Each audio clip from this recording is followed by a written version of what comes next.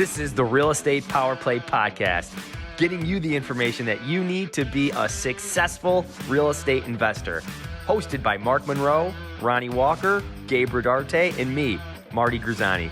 Combined, we've done thousands of real estate transactions. So get ready for real stories and true case studies on finding deals, growing portfolios, and making money. Welcome to the show.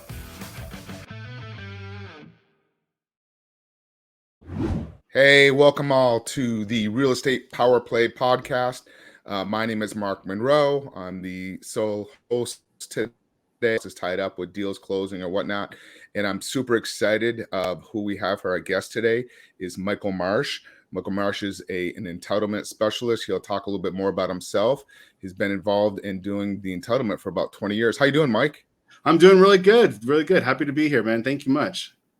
Yeah, I'm excited. Just so everybody knows, I actually was in Mike's program. I guess I would call it Mastermind program pretty much most of last year. And the information that we've learned through the entitlement process is just mind-boggling. It's overwhelming. I call it, like another form of wholesaling on steroids, if you will. So, Mike, why don't you tell everybody a little bit about yourself and, Yeah, absolutely. So I come from the world of like zoning and land use, and I worked for jurisdictions in Texas and California combined for about 20 years. During that time, I've worked on projects from custom single-family houses to 1,000-lot residential subdivisions to medical office buildings to a TV and movie studio campus. And so I've done like a wide breadth of projects. And during that time, it's always been in this, what we call entitlements. And entitlements is really like the first part of the overall development approval process. The first being entitlements through the planning department, and then engineering for like moving dirt, and then building permits is what people typically think of. That'd be like the third overall phase. And so my whole time has been in getting these government approvals in place. And so that's subdivisions, zone changes, annexations, conditional use permits, all these different types of things that basically lead to getting a development actually approved for the land use that's being proposed.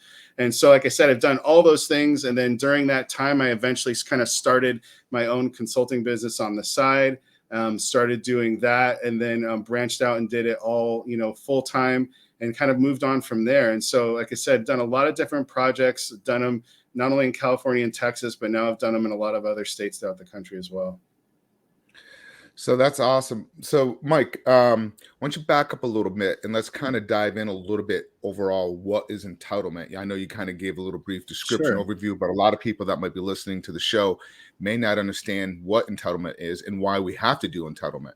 Right, absolutely. So entitlements is kind of like an umbrella term. And underneath that, there are a variety of different types of entitlements. And the whole point is that once you get this entitlement approved, then your approval is vested. Now you have that right to develop that property in that fashion according to the approval documents themselves. And again, it's the first in three phases of the overall development process. But entitlements are basically just when people think of like public hearings at the Planning Commission and City Council for development projects, that's the entitlement process. And so again, variety of different types of entitlements from subdivisions to annexations and zone changes and use permits and a variety of other things. All of those things are necessary to be able to dial in what's actually being approved by the local agency, whether it be the city or the county. No, that's awesome. But we were working together on a project up in outside of Charlotte, North Carolina. And that particular project that we're working on was 8 acres. It was already zoned for the high density level. And you kind of were involved in that process and that project. And want to talk a little bit about that for an example, like on that particular project, and kind of give people a little bit of overview on that one? Sure. So basically the idea with that particular project is that it was going to be a multifamily development. And, there was a lot of due diligence that was going into that, at the very beginning, like there would be with any project. But the overall proposal was going to be for a multifamily development project, probably in the realm of 40 to 45 units. over the course of maybe like 4 or 5 buildings that was going to be built as a result. And as with every project, there's a lot of different issues that come about sometimes. And sometimes there's the opportunity side, and then there's the constraint side. And so a lot of what we do is identifying what those constraints are and then trying to find ways to work around them or mitigate them and actually still get to the point where we can get an actual project approved. And so in this case, that would have required a public hearing before the Planning Commission and to get basically, the approval for the actual development itself. Is something that's called a site plan review. And ultimately, when we're talking about, getting entitlements approved, the goal is I try to really primarily work on projects that we don't have to go to public hearings, that we don't have to, or if we do, that they're really minor in scope and everything like that. And so there's a lot of what I do. When people think of entitlements and projects like that, they think of all those projects that get denied. They think of these big condo projects, that get denied or something like that. Most oftentimes projects really don't get denied. They either go away, the developer just chooses not to move forward with it, or the issues get worked out one way or the other. And that's a lot of what I'm doing, is I'm looking at a lot of the variety of different kinds of issues, finding ways to mitigate them, finding ways to get around it somehow, or to minimize its impact on the developer. Nice. And so, Mike, what's usually like an example of a timeline of a process before they can actually break ground and start developing the project? Sure. Great question. And it does depend on 2 things: the jurisdiction that you're working in, and then also the type of entitlement that you're looking to get approved. And so if you're working in very rural jurisdictions and you're just looking at a very basic like land division, let's say, there's ways where you can get that land division approved and not really have to go through any public hearing or any county review process. It's just a survey, and maybe that takes a couple months, 2 to 3 months, something like that. That's on one far end of the spectrum. Then on the other far end of the spectrum would be more complex projects, like a typical standard subdivision that we think of when there's roads, curbs, and gutters, and parks, and all these other things that are included. Something like that in a jurisdiction, let's say in California, could take somewhere like 18 to 24 months without really blinking. It usually will take that long to do it. So there's a big variety, and then likewise, with the costs that are associated with it, there can be a pretty big variety too. So a zone change in a smaller city in Michigan, I've seen that be like $750 to go and do a zone change. A zone change in California will oftentimes cost $35,000 to $40,000 to go through. So much of it depends on where you're actually doing development. And then the next part of it is the type of project you're doing too. Nice. So you mentioned zone change a couple times, and some people may not know what a zone change is. You kind of want to give a little overview on that? Yeah. So zoning in general is basically, let's say you have a piece of property, and every property within a jurisdiction they'll assign a zoning designation to it. Now, it's important to know that not every jurisdiction will have zoning. Most cities will have zoning, and then a lot of counties will not have zoning. That's not always the case, but that's often is the case. And so whenever you have a zoning designation assigned to a property, it's going to tell you what can be allowed to be built on the property and how it can be built. So maybe it'll be a thing like, well, this property is zoned R4, and it can have, multifamily development, and you can have buildings that are up to 35 feet in height, and you can have front setbacks that are 10 feet, side setbacks are at, X number of feet, etc. So it gives you all these metrics that helps you determine what can actually be built on the property. But if you come to find out that really that's not the highest and best use for that property, that you can actually go and change the zoning to allow for something more, then that might be advantageous. And so in that example that I gave you, maybe that zoning designation had, let's say, a density that allowed for 10 units per acre or something along that lines. Well, you want to go and change to a different zoning designation that allows for maybe 15 or 20 units per acre. Well, in order to do that, you have to change the zoning. In order to change the zoning, you've got to go through this zone change process that requires typically a public hearing before the Planning Commission, then ultimately the approval of City Council or their equivalent. So it's not an easy process per se, but there's the value in it is that you're changing what's possible with the property. And so I always use the analogy of the glass half full, And so if you have a glass and it's half full of water right now, the water is how the property is being used today.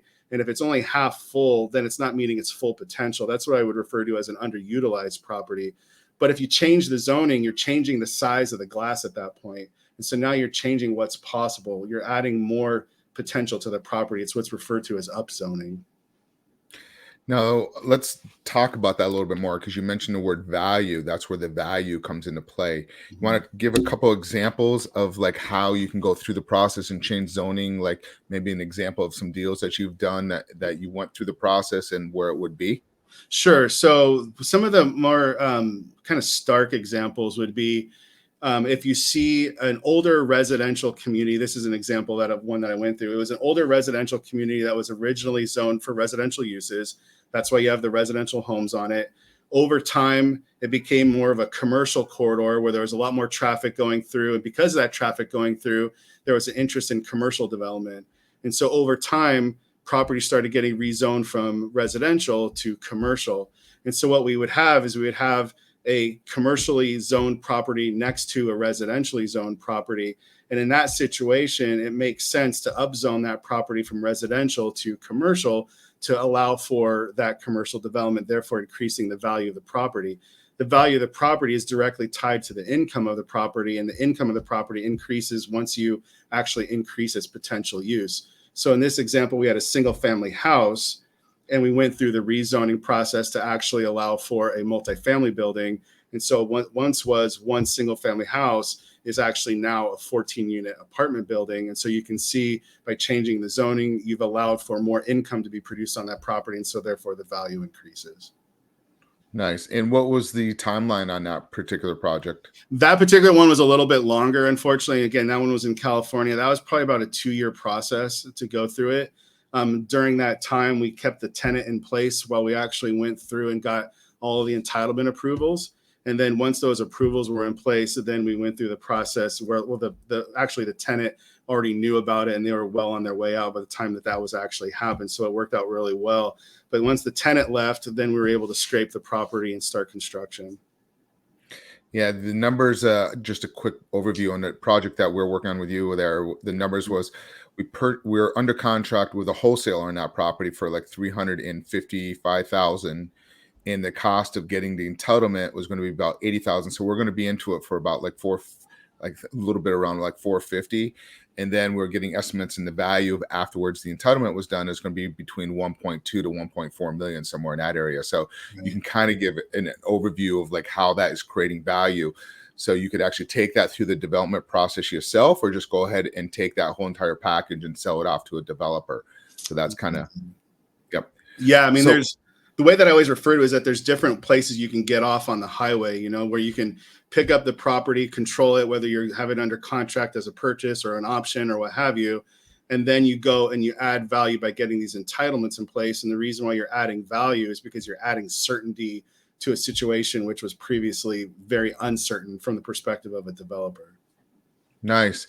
Now, are you seeing, as you know, because I do a lot of creative stuff, seller financing stuff, are you starting to see a little bit more of that happening in the last few months of like people doing contracts, going under these contracts and doing like a seller financing or JV with the sellers or anything? Are you starting to see any of that happening? Yeah, I'm seeing a little bit more interest in people doing the JV option, or the JV with the seller. I've seen that a little bit more frequently. I think that's probably the main shift that I've seen is exactly that. So there's owners that are sitting on the property that feel as though that it maybe has a certain value that maybe we disagree with them on. And so the people that I'm working with we're entering into these JV agreements with them. So that way it's basically a scenario, well, anything above and beyond what you're looking for, Mr. Seller, we'll go ahead and split 50-50, 60-40, whatever it may be. And that actually allows the investor to have less money into the deal, less exposure, accordingly. And so it works for them in that perspective as well, too. Nice. I like that. So I want to go back a little bit because you kept talking about like the zoning, and then one of the strategies that last year you kept talking a lot about, like a hidden strategy, was called like use a special use permit. Like if it's already zoned in a certain area and you're taking a building, I know there was one that you're kind of walking through, or you give an example where it increased the value of the property. Want to talk a little bit about that? So we're referring to like the underutilized property concept? Yeah. Exactly. Yeah. So now this isn't like naturally industry wide, but the term underutilized property is used probably in a variety of contexts. But the way that I use it is basically If you think of a single family home that is already zoned for commercial uses, that's what I refer to as an underutilized property.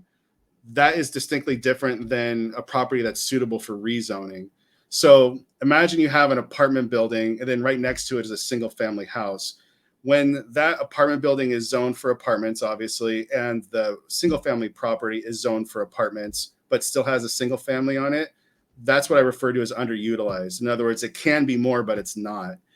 The difference is that if you have a rezoning opportunity, that's when you have the multifamily zoned property located next to a single family zoned property where the zoning only allows for a single family house, but now I need to change the zoning so I can make it more suitable for the surrounding development. That's a rezoning. And so in the world of underutilized properties, it's exactly what we're referring to. And you'll see so many examples of this where you'll see two multifamily buildings and right in the middle is a single family house that's just basically been a holdout for all these years. And in that scenario, you can pick up that house, scrape it, and then actually get, a multifamily building on there. So there's a lot of examples of that. We were doing that a lot in Southern California where there'll be a single family house on a pretty decently sized lot, maybe like 15,000 square feet, 20,000 square foot lot. And then you end up getting like 4 to 6, maybe even 8 units on the property. And understanding when you get into zoning and all the nuances, there's a lot of little unique little caveats and carve outs within the code that allows you to maximize the density. And so as you get deeper into this stuff, there's more and more ways to really maximize your investment. Now, you mentioned something about like utilizing and digging into the code. Like, how would one person go about looking at this code? Where would they find that? Right. So when you go to like the planning and zoning office for the jurisdiction you're working in, most of them will have that zoning code online. Unless you're in very, very rural areas, they may not have zoning first off. But if they do, they may just have like a zoning book at the counter or something like that. And that's a little bit harder to work with. But if you're working in a little bit more of urbanized areas, those will have the zoning code online. And then when you're looking at the zoning code, you're really going to look in a couple areas. One is what's called the development standards. The development standards for the zone are going to talk about setbacks, how far back the building has to be from the property line, talk about like building height. It'll talk about lot coverage. In other words, what percentage of the lot can be covered with a building. But it'll also talk about things like density. So how many residential units per acre can actually be on that property as well. So the development standards section is usually like in a table format, and it gives you all of these like different standards and the metrics that are associated to it that helps you understand contextually what can actually go on the property physically. And then once you change the zoning, then those standards change along with it. Sorry about that. I hit the wrong button, but I like that. Thanks for giving that information out. Now, I want to back up a little bit and talk about that like special use permit, because I feel like that is a strategy that a lot of investors are not utilizing, and it's such a cheap way of creating value to a property as well, where you can actually work with the owner. You used a scenario one time. I want to say it was a commercial building, or it was already in a commercial zone, and you guys took it and you went and did a special use permit and you increased the value of this particular property. I don't remember if it was a storage facility or an office building or it was a shopping center or some type of store. I remember the scenario about 6-8 months ago. You gave an example of what you guys were working on, and I was just blown away of like the value of how much you guys created just for doing that one special use permit. Yeah, they're one example of that, and I'm not sure if it's the same exact one, but there's a lot of, as you've seen around, there's a lot of commercial vacancies that are out there. And there was one that was a store at one time. The store left, and then another store came in and took up half the building, but there was this other half that was just remained vacant for probably 3 years or something like that. And during that time, a variety of uses were trying to go in, but ultimately what it was is that a self-storage use wanted to take up that space. And so it was a store. It was proposed to be changed over to a self-storage use. And that did require like a special use permit. It was called a conditional use permit in that city. And you had to go through a process where you go through the planning commission and a public hearing and everything. But the concept was that, you were going to actually be able to increase that value dramatically by getting in this self-storage use in there. And it's just like what they kind of referred almost as adaptive reuse, where you're taking something that was once one type of use, retail in this example, and you're shifting it over to something else that typically is not seen in most commercial like retail zones. Most self-storage uses are like in business park zones or industrial zones or something like that. Well, this was put into a retail environment. And as long as you make it basically look pretty on the outside and all the operational characteristics are kind of contained within the building and not impacting anybody else, you can actually get one of these uses in. And by result, you're actually going in and increasing the actual lease, the rental revenue that would come in as a result of it. Yeah, that's what it was. The conditional use permit that you kept talking about, that strategy. That was a great strategy. I really like that a lot. Yeah, I mean, that's a great one. And maybe even the other one too was, maybe this is the one you were thinking of too, is that years ago, there was one where it used to be a furniture store, and that furniture store went out of use and they moved on, and the space remained vacant again for another couple of years. And then during that time, the investors came in, they picked up the property for probably around $600,000.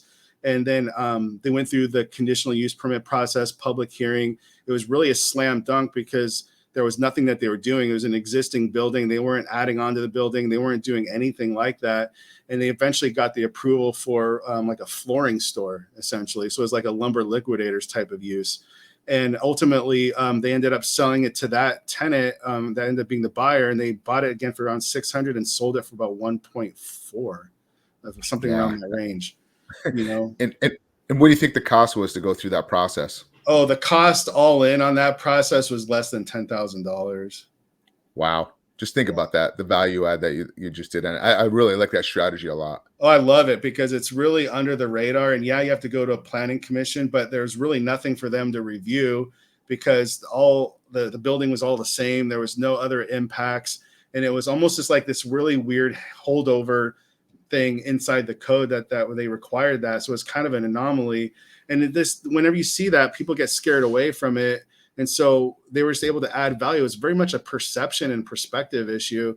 And they were able to, create value accordingly because the tenant didn't want to deal with that whole process. And so they went and did it and turned it over to them and profited accordingly. Now, that doesn't necessarily happen every single day, but the point is there's those opportunities that are out there. And you just kind of have to dig into, again, to the nuances of the code sometimes. Now, I would assume after COVID, a lot of people working from home and businesses change. I'm sure there's a lot of buildings now that are sitting there, or people need to downsize where this strategy could really, do really well in this environment. Yeah, I think what you're seeing in some like really kind of urbanized areas, especially, is where you'll have these commercial vacancies, and at the same time, you have a high demand for housing units. And so there's a lot of this conversation about switching over these commercial uses to residential uses if possible. So you're starting to see that more. So you may see like a commercial shell that goes over to more of even like an assisted living facility or something like that. So there's a lot more flexibility and creativity that's out there because of what's going on. Yeah, about a month ago, it came across my desk where somebody took an old school and they converted it into multifamily. Yeah. And I'm sure they've had to go through that whole zoning process or condition approvals. I'm assuming you've probably seen stuff like that. Yeah, absolutely. I mean, I've seen it go both ways. I've seen like almost like a business park kind of flex space turn over to a school. I've seen that happen. I've seen a variety of those kind of things where you'll take that old building and repurpose it accordingly. Also, like the standard like warehousing type of situation in some downtown area that gets changed over to like residential lofts. You'll see that quite oftentimes. So anything that's kind of shifting the demand towards residential, tend to see that quite often. But yeah, there's a lot of those kind of reuse type of reuse kind of plays, and all of those involve entitlements to one degree or another. Nice. Now, have you seen, we were seeing it where the town, they need such big housing demand that they were actually pushing. I think they actually allowed extra density on the particular lot because they needed more units. Are you starting to see more of that as well? The towns are being a little bit more favorable? Yeah, they're being a little bit more favorable, especially in states or areas where there's the housing shortages that are going on, and so there are scenarios. I'll use California as an example where they looked at it, the state did, and said, okay, we're short this number of housing units at the state level. And then they went and they allocated those shortages to different regions throughout the state. And then the state went and said, okay, each city and county, this is your proportion of that shortage. And now you have to figure out a way to make that happen, and not necessarily get units on the ground, but clear the pathway in terms of creating different processes or more flexibility in zoning to be able to allow to get these units on the ground. And so you're seeing that quite often where wherever there's like housing shortages, a lot of those jurisdictions are trying to clear the way to get those units on the ground. Now, they also I have a friend that's an investor out in the L area, and they mentioned that they changed some of the zoning laws there where they could actually convert their driveway or garage into a dwelling or a unit as long as they're within so many feet of public transportation. Yeah. I've heard that. Yeah, they have these, like, I think they're like transportation zones. There's some sort of zoning overlay in Los Angeles that they allow for basically the increasing of density as depending on how close you are to residents or as close you are to transportation hubs. Or what they'll do is they'll reduce the parking requirement. And so there are some situations where you're so close to a transportation hub that you don't have to provide any parking on the site. So you can imagine, for every unit, if you have 2 spaces, that's about 20 by 50. That's for every unit in 2 parking spaces. If you don't have any parking that's required, now you're able to get another unit or 2 on the property. And that's the play that they're all going to. So if they're close to that transportation hub and they don't have to provide any or very limited parking, now they're getting more units on the ground. Nice. I like that. I know some investors are starting to buy when they're looking at purchasing, like, say, for an example, a shopping center or something like that. They're actually looking for properties that have a lot more parking spots in there because they feel with the way the technology is going, where, self-driving cars or whatnot's going to come, that eventually all that land, they'll be able to have that rezoning, building on that. So it's interesting how they're looking at that. That's probably a few years down the road, but that's a pretty interesting play what they're trying to do.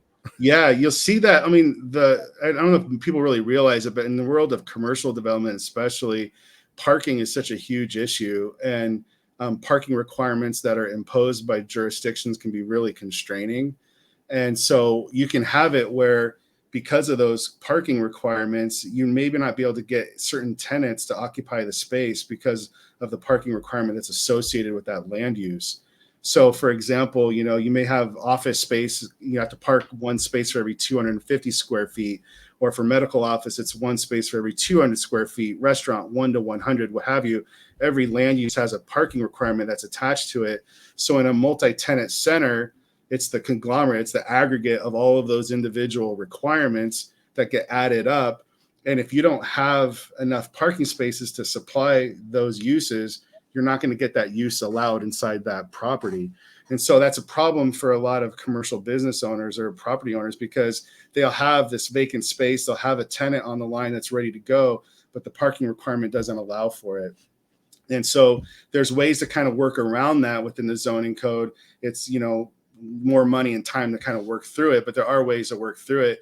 But as things change in terms of technology, you're right, these local jurisdictions are kind of slow to adopt all that stuff and slow to recognize it. And so the reality of what's on the ground versus what's in the code are very 2 different things. And so that's where somebody may have to fight their point and actually get even like third-party parking studies done to be able to justify what they're actually proposing to get into that building based on the realities that are going on today versus what was really thought of when the code was really created. Wow, that's interesting how they're thinking ahead on that. Yeah. So I kind of want to go back a little bit. You mentioned about the process of, it's 3 different phases. So the first phase you mentioned is about the rezoning. Is that correct? Yeah, so anything that goes through the zoning and planning department is really the first phase. So that's, subdivisions, rezoning, conditional use permits, etc. All of that is the first phase of the process. Got it. And then what would be the second phase? That's engineering. So that's when you get all of your grading permits. So for your rough grading, fine grading, all of that stuff, you're getting your permits for everything that's underground. So all your utilities, that all comes during that phase. And so that's like the entitlement phase. Then there's the engineering, or what may be called like the horizontal development phase. So everything that's moving the dirt and then anything underneath that, that would be the second phase. And then the final phase is your building permits that result in actually sticks going into the ground and building. Got it. Now, I know a lot of times when we're out there talking, developers, sometimes they like taking it through the raw piece of land and going through the whole entire process to get the value out. But then you also have some developers that want it to be already, permit approved and dirt ready to go. Why don't you talk a little bit about the difference between the two, why a developer would like that, and, the advantages of not taking it through? Sure. Yeah. So the large players, let's just take a residential developer like, KB Homes or Pardee or whoever else. They have a big shop, right? So they can have people in-house to be able to do those entitlements. And so that's not as much of an issue for them. If they can, or if they have to, they don't mind going through that entitlement process. And sometimes it's to their benefit because they can actually get approved what they actually know that they can actually build, right? So they have a little bit more control over what the product is at the end of the day. The other side of the equation is that they oftentimes don't want to go through the entitlement process because of the risk that's associated with it. So there's a phrase that's called entitlement risk.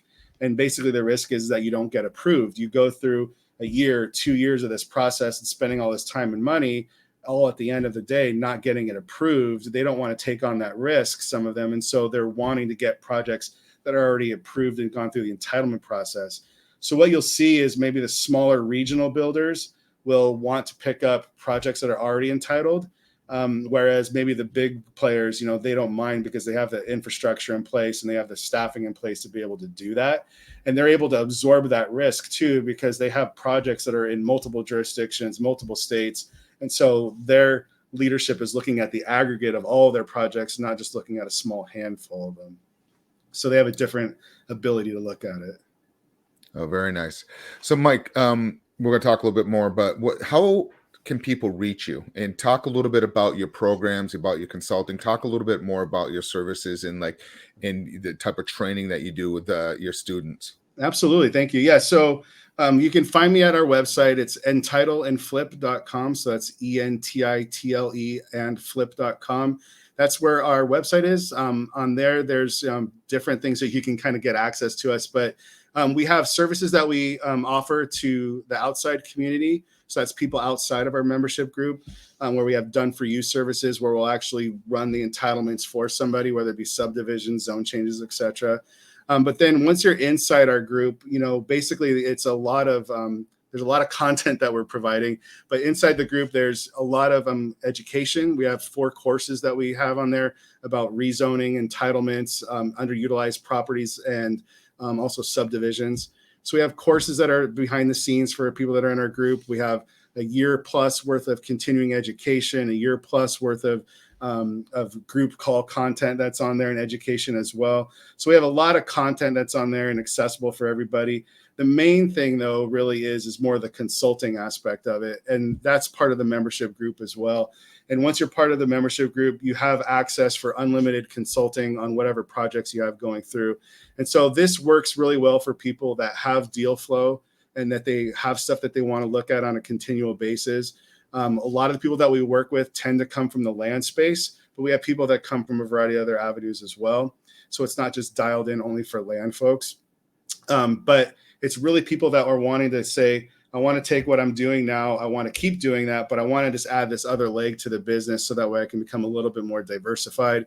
And so we work with people on getting them from A to B, so from identifying the strategy, identifying the market they want to get into, and then helping them get their marketing going and getting that out the door if that's what they need to get done. But really where we shine and where my experience is really more in the consulting side, the due diligence process, helping you understand what questions and what need to be answered when you're getting to the jurisdiction, and then helping you through that entitlement process from beginning to end. Yeah, that's great stuff. No, definitely. I enjoyed it. There's a lot of information there to take over. I know the first time I kind of started working with you and learning all these new terms, and my head was spinning for a little bit. But once you're in the network of group of people, it just becomes like what a loan to value or an LTV once you start to understand the terminology. But the first time kind of going through it, and it was very well done. Your videos and everything in there is extremely well done. So Mike, what in your career, what do you think one of the biggest things that really changed your life? We call it like a power play move. Like, what was the biggest thing in your career going back that you think that really changed your path of becoming into real estate and understanding and kind of moving your career forward? Yeah, I think so I was always interested in real estate just because of my involvement with my father, who was in real estate to a limited degree when I was a kid. So I always had that kind of in the background. And then I ended up coming out of college and getting a job with the jurisdiction in Southern California, but it was not even related to real estate at all. But I always had that bug. And so I kind of melded my way or moved over into the planning world as a way to kind of get an introduction into the world of real estate while still getting a W-2 income. At the time I was young, just out of college. I think the major turning point for me was when I realized that there's all these opportunities that exist within the zoning code that a lot of people don't even realize. They don't know that they're there. They don't know how to find them. More importantly, they don't know how to capitalize on them. And it was kind of shocking to me because I just think I made the assumption that people kind of knew that was there and that there was the opportunity. But once I realized that they didn't, and then I realized that there was this gap in knowledge, that's where I kind of saw the opportunity. That's where I kind of saw the opportunity to get out there and start consulting on the side, and then eventually to start doing the Entitle and Flip program. Because again, I realized that there's this whole world of opportunity that's really kind of hidden from people, whether that be intentionally or not. It's just not really available to a lot of people. So I saw the opportunity to kind of expose that and show people that there's other opportunities out there to do things, because a lot of people that are in real estate love to do, their hands-on type stuff. They want to do the fix and flip and all that stuff. That just wasn't me. I'm more of like the kind of the legal mindset, or like kind of like that methodology and the paperwork behind the scenes. And so there's an opportunity for people that are in that mindset too. And so I wanted to help expose that to people. Now that's great. From what I was learning with your group and with my knowledge background, we're looking at one where talk to the seller, and instead of going out there and buying the land outright, we were actually negotiating. And after it got entitled, then we're just going to sell the lots off. I think it was going to be like 41 lots, selling them to builders. And then every time we sold it off, then the seller of the property would get paid on a per lot basis. So he was even making more money through that process. I think it was going to be like $1.4 million more, something on those lines. So, that's great stuff that you're bringing the value to the group. Mike, is there any question or is there anything that I should have asked you, and a question at all that might be informative to be able to help the listeners out? I think we've covered a lot of stuff. I don't know that there's anything that we necessarily missed without getting into like the weeds too much. I would just say that everybody should just realize that there's a lot of opportunity in your own backyard, and while we have a tendency to want to work in a variety of different markets, and I think that's great, just to understand that there's opportunities in your own backyard, regardless of what the market is doing. And so I would just always be an advocate of paying attention to what's happening in your local community.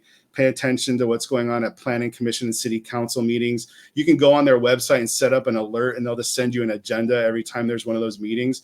Just keep abreast of what's happening in those markets. And then even if you're working on markets away from your house, I would say to do the same thing too. If you know that you're in these other markets and you're going to be there for a while, kind of invest in knowing what's actually going on, because you're going to know when development's actually happening, but you're also going to get a handle on who the players are in terms of professional services, in terms of elected officials, appointed officials, etc. And I've always said this is my one message, is that knowing that what's going on in planning is the closest thing that you'll get to a crystal ball in terms of what's going to be happening in your community. That's great stuff. Thanks so much, Mike. Mike, how can they reach you one more time? What was your website again? Absolutely. entitlements.com, ENTITLE, and flip.com. You can reach me there, or you can email me, mike@entitlements.com. This is great information. So yeah, definitely reach out to Mike, follow Mike, and he's extremely knowledgeable. So I want to thank you all. Please like, subscribe, and thank you so much for listening to Real Estate Power Play.